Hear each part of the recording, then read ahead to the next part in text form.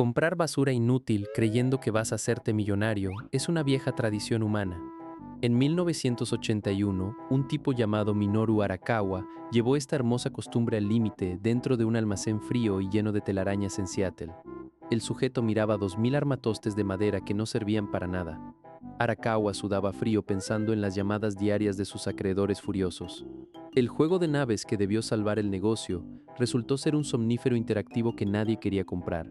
Si no lograba deshacerse de esa chatarra pronto, Nintendo de América iba a desaparecer antes de que el público aprendiera a pronunciar bien su nombre. Bienvenidos a este rincón de pésimas decisiones financieras. La salvación de todo el bendito negocio en Japón quedó en manos de Shigeru Miyamoto, un dibujante de juguetes que no sabía escribir ni una mísera línea de código de programación.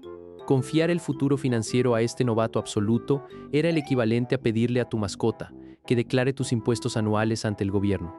El tipo diseñó una ridiculez sobre un carpintero gordo y bigotón que esquivaba barriles de madera arrojados por un mono gigante bastante histérico. Cuando los estirados jefes en Estados Unidos probaron el delirio, sintieron ganas de llorar de pura rabia. El título les pareció una soberana estupidez, el concepto un insulto al intelecto y el fracaso una dolorosa certeza que los mandaría directo a dormir bajo un frío puente de Seattle. Contra todo pronóstico, el juego del simio trepador fue un éxito absurdo que ningún experto vio venir. Las hordas de pubertos desesperados por gastarse su almuerzo abarrotaron los locales de arcade. Aquellas rústicas cajas de madera devoraban monedas de 25 centavos, tan rápido que los compartimentos de metal se desbordaban en pocas horas.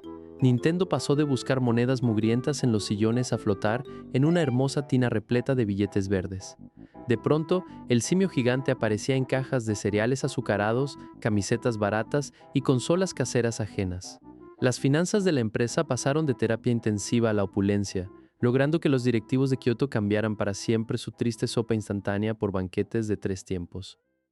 Toda esa hermosa montaña de monedas acumuladas llamó la atención de un buitre con traje de seda en Los Ángeles. Se llamaba Sid Sheinberg, un implacable abogado y alto ejecutivo de Universal Studios que poseía un refinado olfato para oler el dinero ajeno a kilómetros de distancia.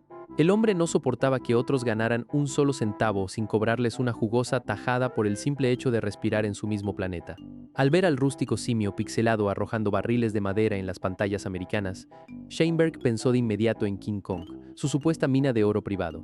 Si unos extranjeros pretendían llenarse los bolsillos usando un gorila gigante, tendrían que pagarle un tributo pesado o ser despedazados por su costosa corte. Un día cualquiera, un fax frío brotó de las máquinas de Nintendo escupiendo puro terror legal directo a la junta directiva. El mensaje enviado por los abogados de Universal era tan sutil como un golpe de mazo en la nuca. Donkey Kong era un plagio descarado de su preciado King Kong. La exigencia era de una simpleza ofensiva: entreguen cada moneda de 25 centavos ganada o los borraremos del mapa comercial. Los pantalones de los ejecutivos se arruinaron al instante ante la idea de enfrentar a ese implacable monstruo de Hollywood. En la oficina solo se escuchaban lamentos y crujir de dientes por el futuro negro de la empresa. Esta pequeña fábrica de juguetes japonesa estaba a punto de ser devorada por un coloso furioso. Universal no se limitó a intimidar a Nintendo y fue directo a cazar a sus asustados socios comerciales. Coleco, la codiciosa empresa que vendía el juego para consolas caseras, se orinó del miedo al ver los colmillos del estudio de cine. No dudaron ni un mísero segundo en agachar la cabeza. Corrieron desesperados a lamerle las botas al jefe de Hollywood. Firmaron un trato sucio a espaldas de sus socios de Kioto y entregaron millones de dólares para salvar su propio pellejo. Nintendo se quedó en la calle, huérfana de aliados y con una demanda que olía a muerte. Es hermoso ver cómo funciona la lealtad de oficina cuando el agua de la tina empieza a hervir sobre sus traseros. Minoru Arakawa y su abogado de cabecera, Howard Lincoln, abordaron un avión rumbo a Los Ángeles con el estómago revuelto. El objetivo era sentarse en la opulenta oficina de Sid Sheinberg para intentar negociar una salida piadosa antes de terminar en la quiebra. La reunión resultó ser una carnicería psicológica diseñada para recordarles quién mandaba en este bajo mundo. Sheinberg los miró por encima de sus finas gafas, los trató como a insignificantes novatos y exigió el pago de las regalías sin mostrar piedad. Arakawa sintió el peso del fracaso sobre sus hombros y pensó seriamente en tirar la toalla. Es el clásico escenario corporativo de David frente a Goliat, pero sin la resortera de piedra, a la mano. De vuelta en el triste cuarto de hotel en Los Ángeles, los dos hombres no pudieron pegar el ojo en toda la noche. Lincoln miró a su socio y le soltó una verdad incómoda. Si firmaban ese acuerdo abusivo, Nintendo se convertiría en la mascota barata de Universal para toda la eternidad. Decidieron entonces tomar el camino más ridículo, insensato y peligroso de su existencia. Rechazaron el humillante trato y decidieron ir a juicio contra el estudio de cine más despiadado de la época. Aquello parecía un suicidio corporativo planeado por tipos con sobredosis de cafeína, pero prefirieron morir peleando antes de ser los siervos dóciles de un gigante soberbio. Así comenzó la verdadera carnicería en el tribunal. Para ir a esa demencial guerra contra el coloso de Hollywood, Nintendo necesitaba un verdadero perro de caza y no a sus dóciles abogados de oficina. Encontraron a John Kirby, un implacable abogado de Wall Street que cobraba tarifas absurdas, pero garantizaba no soltar la yugular del rival. El tipo tenía la mirada fría de quien desayuna demandas millonarias con un cigarrillo encendido. Kirby miró las patéticas probabilidades del caso, sonrió de medio lado y aceptó el trabajo de inmediato con una seria advertencia para los asustados japoneses. Las posibilidades estaban en su contra. Sin embargo, este veterano de los peores tribunales de Nueva York amaba la sangre y estaba listo para buscar el punto más débil del rival.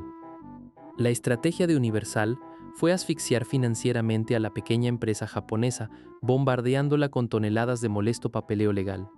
El rudo abogado John Kirby tuvo que pasar noches enteras bebiendo café de mala calidad mientras revisaba montañas de archivos polvorientos y aburridos.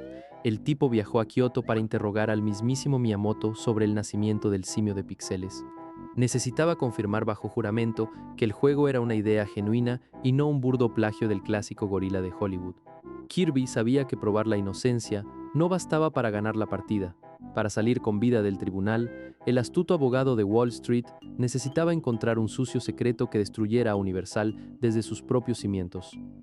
Kirby pasó semanas enteras rompiéndose la cabeza en polvorientas oficinas de Nueva York para encontrar una mísera grieta en el caso. El bendito simio de Hollywood parecía blindado por un ejército de contratos viejos, y todo apuntaba a que Universal de verdad poseía al personaje del gran gorila. El implacable reloj del tribunal corría deprisa mientras los ahorros de Nintendo se esfumaban en trámites tontos. La derrota parecía inevitable y los abogados del estudio de cine ya saboreaban el dinero de las máquinas de arcade de Seattle. Kirby sabía que si no hallaba una contradicción legal pronto, el carpintero bigotón terminaría en la basura y la empresa de juguetes volvería a su rincón de Kioto, con las manos vacías. A las 3 de la madrugada, con los ojos inyectados de sangre y la cabeza a punto de estallar por la cafeína, Kirby dio con un hilo suelto. Encontró un viejo fajo de documentos sobre una disputa legal de 1975 por los derechos de una película barata de King Kong. El abogado empezó a leer los microfilmes con una sonrisa torcida, dibujándose en su rostro cansado. Lo que descubrió en esas páginas amarillentas olía a pura hipocresía corporativa de la mejor calidad posible. Universal había argumentado ferozmente ante la corte años atrás que el personaje del gorila pertenecía al dominio público para evitar pagarle un solo centavo a los creadores originales. El cazador de Hollywood resultó tener un sucio secreto guardado bajo la cama. La gran ironía de este enredo es que Universal Studios andaba cobrando una renta carísima por una propiedad intelectual que ni siquiera era de su propiedad. El gigante de Hollywood había mentido descaradamente durante años para extorsionar a cualquier incauto que pusiera un simio en su producto. Aquello era tan ridículo como ver a una corporación avariciosa cobrándote derechos por usar el aire. En 1975, para evitar pagarle regalías a RKO Pictures, Universal demostró judicialmente que la novela original de King Kong estaba en el dominio público. El gran monstruo de la industria del cine era una cáscara vacía sin derechos reales sobre el personaje, lista para ser destruida por el astuto Kirby. Kirby tenía la bomba perfecta en sus manos, pero decidió no usarla de inmediato. Sabía que si Universal se enteraba del hallazgo, sus abogados retirarían la demanda o buscarían un arreglo rápido para evitar quedar en ridículo frente a toda la prensa de la industria. El astuto litigante prefirió guardar silencio y poner cara de tonto durante las semanas previas al juicio. Dejó que los elegantes representantes del estudio de cine se confiaran, creyendo que tenían la victoria asegurada frente a la pequeña compañía de juguetes. Es el viejo arte de parecer débil cuando eres letal, un truco que las corporaciones modernas siguen sin entender del todo. Llegarían al tribunal fingiendo indefensión para asestar un golpe limpio en la yugular. El día del juicio llegó y la sala del tribunal de Nueva York se convirtió en un circo de gran presupuesto. Los caros abogados de Universal Studios desplegaron encuestas de opinión baratas que supuestamente demostraban que la gente confundía a Donkey Kong con su King Kong. Sid Sheinberg observaba todo desde su cómodo asiento, saboreando una victoria económica segura. El engreído magnate ya calculaba mentalmente cuántos millones le exprimiría a la indefensa compañía de Kioto por atreverse a desafiar su reino. Para ellos, los japoneses eran meros intrusos sin recursos que serían aplastados sin piedad por la maquinaria burocrática del estudio. Pero el espectáculo apenas estaba por comenzar y la caída de este coloso soberbio iba a ser memorable. Fue el turno de John Kirby. El tipo se levantó despacio de su asiento, se acomodó el saco con parsimonia y caminó hacia el estrado frente al juez Robert Sweet, con la tranquilidad de quien sabe que tiene las cartas marcadas bajo la manga. En lugar de defender al rústico gorila pixelado, empezó a hablar del lejano pleito de 1975. Sacó las transcripciones oficiales de Universal de hace 7 años y leyó las mentiras del rival textualmente ante toda la asustada sala. El gigante que andaba cobrando jugosas regalías ajenas había argumentado bajo juramento que King Kong pertenecía al dominio público. Kirby les escupió su propia hipocresía en toda la cara sin despeinarse un solo cabello. La sala del tribunal se congeló al instante ante la revelación. Las sonrisas burlonas de los abogados millonarios de Universal se desvanecieron de golpe, dejando rostros pálidos y sudorosos al ver expuesta su red de mentiras de 1975. Descubrieron con horror que Kirby los tenía acorralados por extorsionar a Nintendo y a sus socios usando una marca que no les pertenecía en lo más mínimo. El juez Robert Sweet los reprendió con severidad en público, calificando sus tácticas de temerarias y carentes de ética profesional. Aquel titán de Hollywood, acostumbrado a pisotear a cualquiera sin pagar consecuencias, acababa de chocar de frente contra su propia codicia corporativa. No había forma de salvarse de este dolor de cabeza. Nintendo ganó el caso de calle y obligó al estudio de Hollywood a pagar por sus abusos. Como agradecimiento al abogado que salvó su pellejo de la ruina, le compraron un velero de $30,000 bautizado Donkey Kong. Tiempo después, la compañía decidió inmortalizar su apellido dándole su nombre a una bola rosa tragona que devoraba todo a su paso. Un homenaje muy bizarro para un serio litigante de Nueva York acostumbrado a las frías finanzas corporativas y no a los píxeles. Dejen su suculento like y suscríbanse ahora mismo para que los codiciosos abogados de Hollywood no les cobren renta por respirar.